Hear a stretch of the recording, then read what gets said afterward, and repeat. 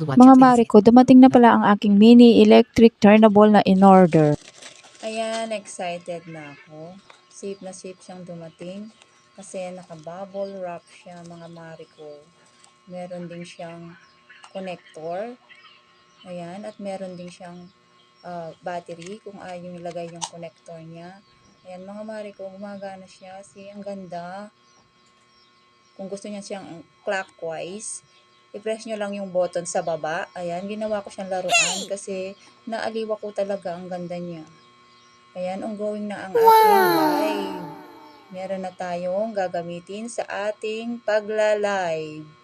Ayan, ang ganda niya. Kaya kung gusto nyo rin ito, sa mga nagla-live screen dyan, kung gusto nyo rin ito, ilalagay ko sa yellow basket natin.